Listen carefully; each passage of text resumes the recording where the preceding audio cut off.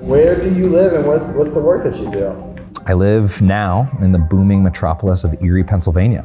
Having just moved to the community, my self-work is to create community in the space of belonging in Erie, but my actual pay the bills work is hosting an event every December called the Connector Summit. A few years ago, I was like, okay, who do I really light up when I'm talking with? And it's other connectors in my mind. It's people who their job is gathering other people. And when I sit down and have coffee with them, I could go on for 8 hours.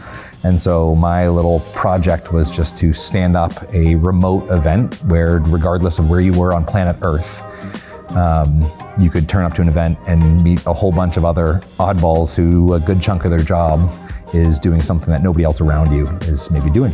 The whole summit for me is kind of a rebellion against what I see the world being very designed for consumption, right? Our phones, there's lots of very well-paid engineers who are paid to make sure that we stay on a little bit longer. There's lots of content creators who are trying their hardest to increase your retention and consumption. And I wanted to design an event that was heavily designed for contribution, not consumption. So when you say, how do I talk about this mission? I would actually flip the mic, metaphorically turn the podium around and say, how would you define the mission and vision of what you're up to? And so I flipped that question around. So for example, the last summit started off and the first session happened in Zoom, and I just asked people, if you were to estimate how many people you will actually be in a room with, virtual or in person, facilitating, leading some sort of gathering just in the next year, can you type that number into the chat? 387 numbers came flying through the chat.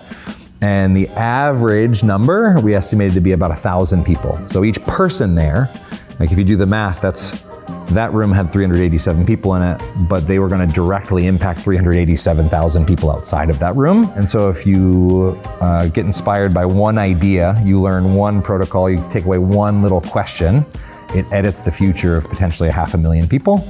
And so the mission of this place is to come together and sharpen our saw. I like the phrase, edits the future. That's good. Can you think of maybe one individual participant in the Connector Summit that you think kind of embodies the spirit of what you're trying to do there? Okay, so I met them literally 2 hours ago. I walked into this room. I had hosted one of the sessions that Peter Block hosts every month, the Journeys of Belonging. So I lead the session, and the whole thing of designing for contribution, not just consumption. The way events often end is with a thank of a sponsor, a clap, and everybody goes from being in a group to now being isolated and alone and walking away solo.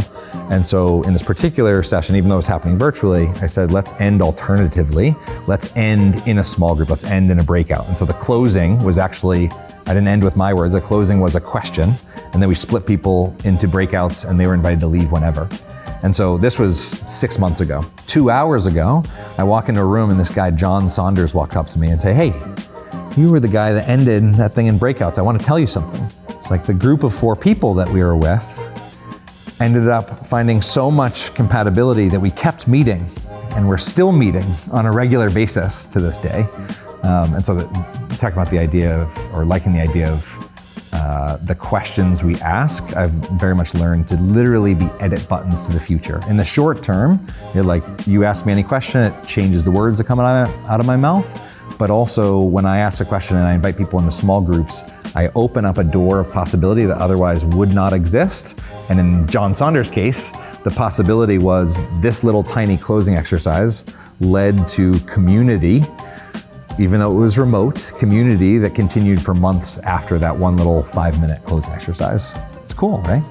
For folks who are intent on designing for contribution, especially in virtual spaces or non-physical spaces, what are some of the questions that they should be asking themselves so they can design for contribution? Okay, so I have a really simple exercise you can go through if you want to make sure, because I can tell you before your event starts, I can tell you, it doesn't matter who the group is, how arms crossed they are, I can tell you whether that they'll be truly and meaningfully engaged or not before the event starts.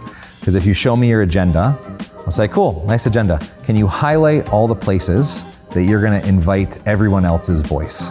And if there's not a lot of color, then you're actually forcing people into the role of consumer or critic. They can't contribute because you haven't actually given them the space, time, or platform to do so. I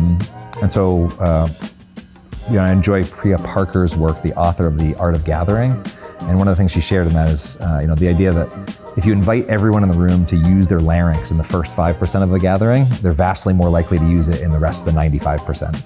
And so the question is, how comfortably early can you invite everybody to speak? And for me, that starts with an idea that a mentor introduced, Mark Collard, he calls it the unofficial start.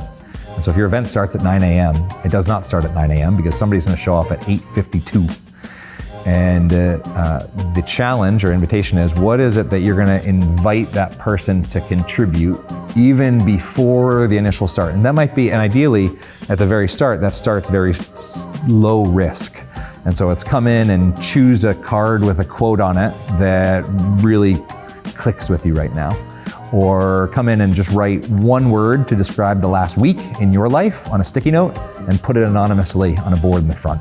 So it's just this like tiny act of participation before you take the lead, whereas most events start with 5 to 60 minutes of someone else talking and everybody else being forced into the role of passive consumer. And there's only two places you're gonna fall into that. Either you just consume and you're like head nodding and you're all right, cool, and passively scrolling through this event, or you're invited to judge of either like, I don't like this, I don't like that happened, or I do like this happened.